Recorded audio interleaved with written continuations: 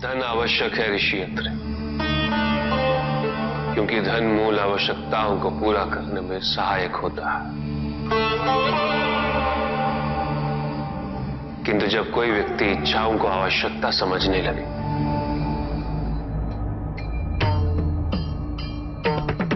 तो धन कितना ही क्यों ना पर्याप्त नहीं होता, क्योंकि इच्छाएं अंतहीन है।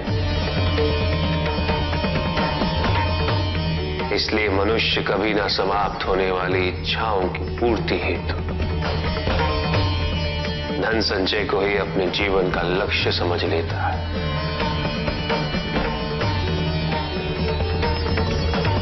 वो लोभी बन जाता है।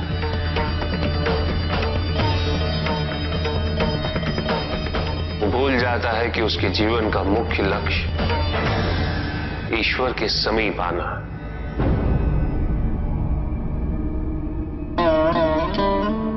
ऐसे लोभी व्यक्तियों को अपनी मृत्यु के समय भी यही दुख रहता है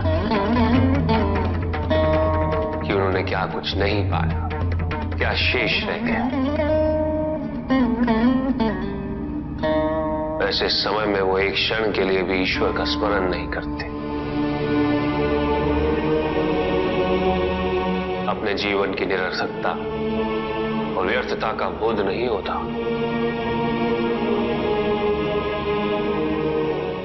करना चाहिए। धन चाहे कितना भी हो ऋषि अत्रि, मूल आवश्यकताएं तो केवल उतनी ही। तन ढकने के लिए वस्त्र,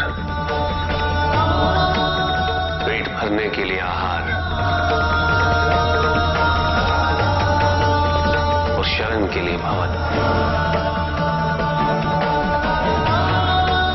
इन आवश्यकताओं के पूर्ण होने के पश्चात जो भी है वो इच्छा है।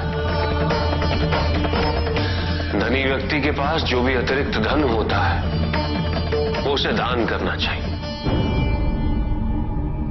उनके उद्धार के लिए जो अपनी मूल आवश्यकताओं को पूरा नहीं कर सकते।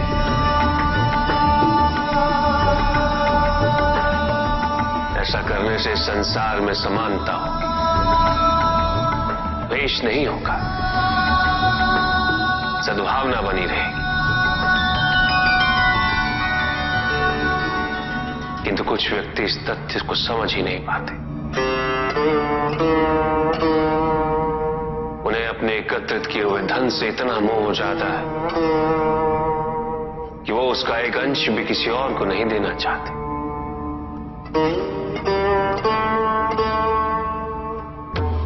ऐसे व्यक्तियों की सूची में सर्वप्रथम स्थान कुबेर का है।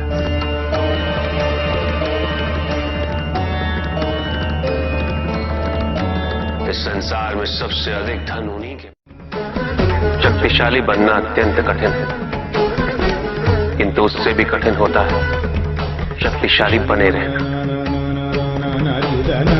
और इसके लिए आवश्यक है कि हम शक्तियों से प्राप्त हुए उत्तरदायित्व का सम्मान करें।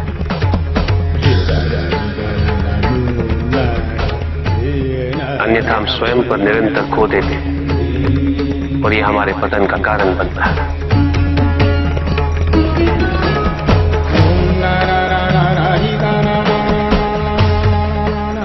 युद्ध में की गई भूल और उपलब्धियों से कुछ न कुछ सीखना आवश्यक है कार्तिक।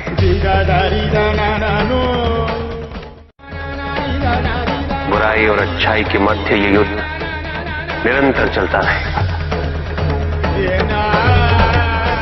आज एक अध्याय समाप्त हुआ है, कल दूसरा अध्याय आरंभ होगा।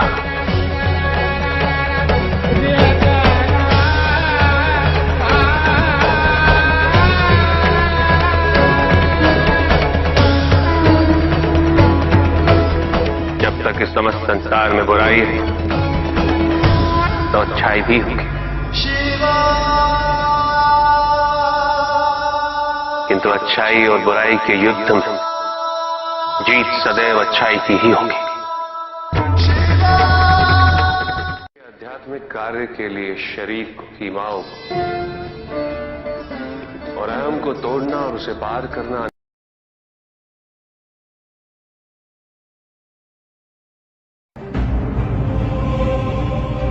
मेरा अपराध क्या है प्रभु? तुम्हारा अपराध था एक त्रिदेव को दूसरे से बड़ा समझना, उनमें भेद करना, उनमें तुलना करना।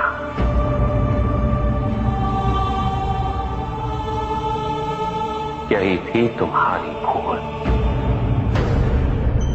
तुम ये समझने में असफल रहे कि त्रिदेव तो एक है, समकक्ष है, कोई भी किसी से बड़ा नहीं और कोई किसी से छोटा नहीं, कोई भी किसी से अधिक महत्वपूर्ण नहीं और कोई भी किसी से कम महत्वपूर्ण भी नहीं। तुमने जो कुछ भी किया वो भक्ति नहीं थी निकस। भक्ति के नाम पर किया जाने वाला अहंकार था वो कि तुम्हारे आराध्य सबसे महत्वपूर्ण है। कैसे भक्त हो तुम मेरे, जो ये भूल गए कि तुम्हारे आराध्य के भी आराध्य है नारायण।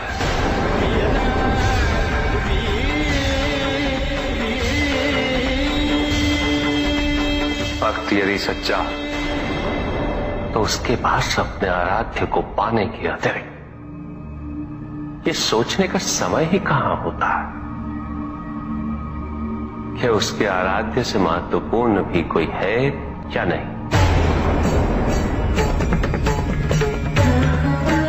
वो तो प्रतिपल अपना ध्यान केवल अपने आराध्य पर ही स्थिर रखता है और जब ऐसा होता है निकस तो ना तुलना होती है, ना प्रतिस्पर्धा होती है और ना ही किसी प्रकार की कोई ईर्ष्या होती है। बात तो केवल आनंद की अनुभूति ही विद्यमान होती है।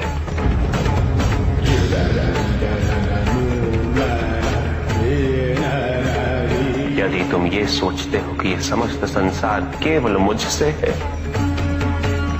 तो तुम्हें इस संसार के प्रत्येक स्वरूप से प्रेम होना चाहिए था। तुम्हें इसके कण कण में मेरी अनुभूति होनी चाहिए थी। तब भी किसी प्रकार का भेदभाव तुम्हारे मन में उत्पन्न नहीं होता, किंतु तुमने ये प्रमाणित कर दिया निकास कि अपने आराध्य के प्रति तुम्हारी भक्ति वो भी अधूरी थी, अपूर्ण थी।